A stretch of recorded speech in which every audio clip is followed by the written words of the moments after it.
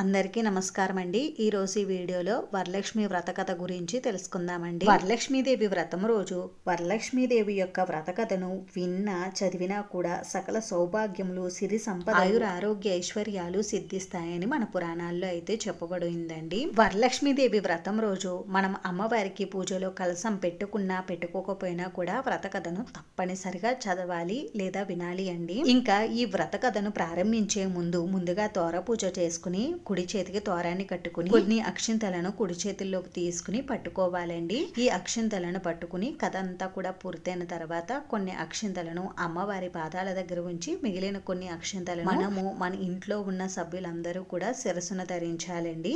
అయితే ఇప్పుడు వ్రత కథను ప్రారంభిస్తున్నాను. అందుకని వీడియోని ఎవరు కూడా ఎక్కడ కూడా స్కిప్ చేయకుండా చివరి వరకు అయితే చూడండి. వ్రత కథను శ్రద్ధగా అయితే వినండి. శ్రీ వరలక్ష్మి వ్రత కథ ప్రారంభం.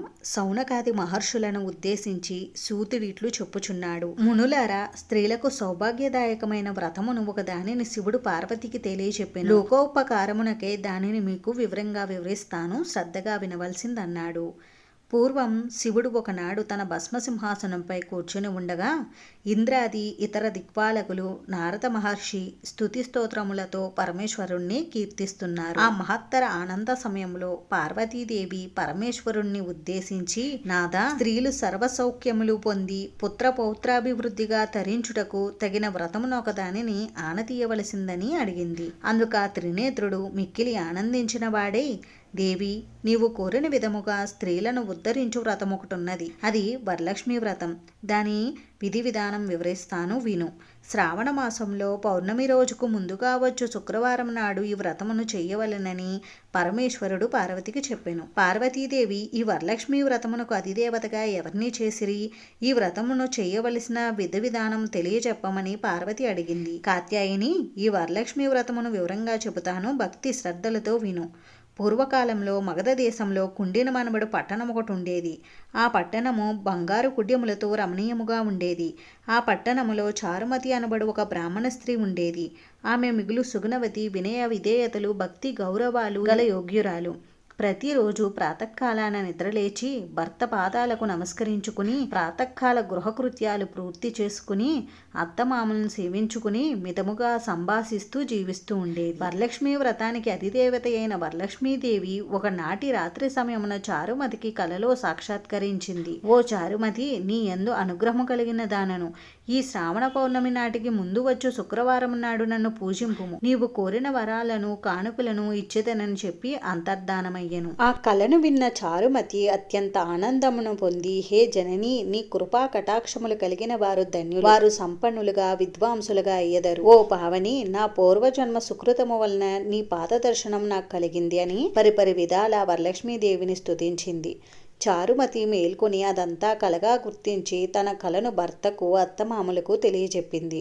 వారు కూడా మిక్కిలి ఆనందించిన వారే చారుమతిని వరలక్ష్మి వ్రతమును చేసుకోవలసినదిగా ఆజ్ఞాపించారు. ఊర్లోని వనితలు కూడా చారుమతి కలను గురించి విన్నవారే పౌర్ణమి ముందు రాబోయే శ్రావణ శుక్రవారం కోసం అందరూ కూడా ఎదురు చూస్తున్నారు. శ్రావణ శుక్రవారం రోజున చారుమతి గ్రామంలోని స్త్రీలు ఉదయాన్నే లేచి తలస్నానము చేసి పట్టు వస్త్రాలు ధరించి అందరూ చారుమతి గృహానికి చేరుకున్నారు. చారుమతి గృహంలో మండపం ఏర్పరిచి ఆ మండపంపై బియ్యం పోసి పంచ పల్లవాలు, రావి, జువ్వి, మర్రి, మామిడి, ఉత్తరీను మొదలగు పల్లవములచే కలసం ఏర్పాటు చేసి వరలక్ష్మీదేవిని సంకల్ప విధులతో సర్వమంగళ మాంగళ్యే శివే సర్వార్థ సాధికే శరణ్యే త్ర్యంబకే దేవి నారాయణి నమోస్తుతే అని ఆహ్వానించి ప్రతిష్ఠించుకున్నారు. సాధ్యమైన వారు స్వర్ణ, రజిత, తామ్ర, మృన్మయ మూర్తులను ప్రతిష్ఠించుకోవచ్చు.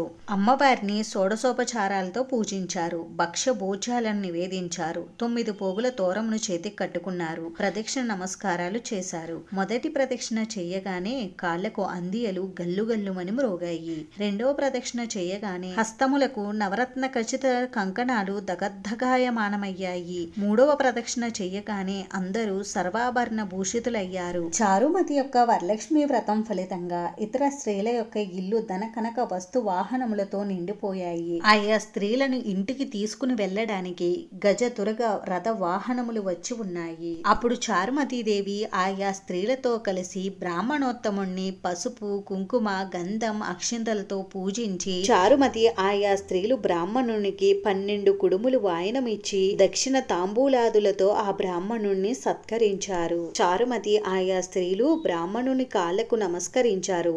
బ్రాహ్మణుడు వారిని ఆశీర్వదించారు. వరలక్ష్మీదేవికి సమర్పించినటువంటి పిండి వంటలన్నింటినీ కూడా ప్రసాదంగా తమ బంధువుల కోసం, వారి కోసం వచ్చినటువంటి వాహనాలను ఎక్కి ఈ ప్రసాదాలను తీసుకుని వారి ఇంటికి వెళ్లారు. మార్గమధ్యంలో చారుమతిని మిక్కిలి పొగుడుతూ ఆమెకు వరలక్ష్మి కలలో సాక్షాత్కరించి అనుగ్రహించగా ఆమె వరలక్ష్మి వ్రతంతో తామందరినీ కూడా మహాద్భాగ్యవంతులను చేసిందని పొగిడిరి. చారుమతి మిగిలిన స్త్రీలందరూ కూడా ప్రతి సంవత్సరము ఈ వరలక్ష్మి వ్రతాన్ని ఆచరించి సకల సౌభాగ్యములను, సిరి సంపదలను, సుఖ జీవనాన్ని గడిపి అనంతరం ముక్తిని పొందారు. ఇంతటి పవిత్రమైనటువంటి ఈ వరలక్ష్మి వ్రతాన్ని మనము ఆచరించడమే కాకుండా మన తోటి వారికి కూడా ఈ వ్రతం గురించి చెప్పి వారు కూడా ఈ వ్రతాన్ని ఆచరించేలా చెయ్యాలి. మునులారా, మహర్షులారా, ముముక్షువులారా, శివుడు పార్వతీదేవికి ఉపదేశించిన వరలక్ష్మి వ్రతాన్ని సవిస్తారంగా మీకు వివరించానన్నాడు సూత మహర్షి. ఈ కథ విన్నా,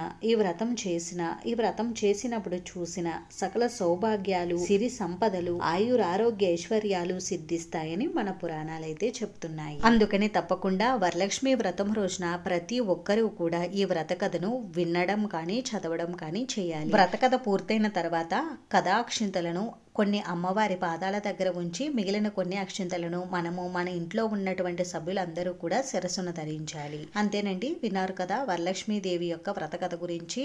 ఈ వీడియో మీకు నచ్చితే మీ ఫ్రెండ్స్కి, రిలేటివ్స్కి షేర్ చేయండి. వీడియోని చివరి వరకు చూసినందుకు చాలా థ్యాంక్స్ అండి.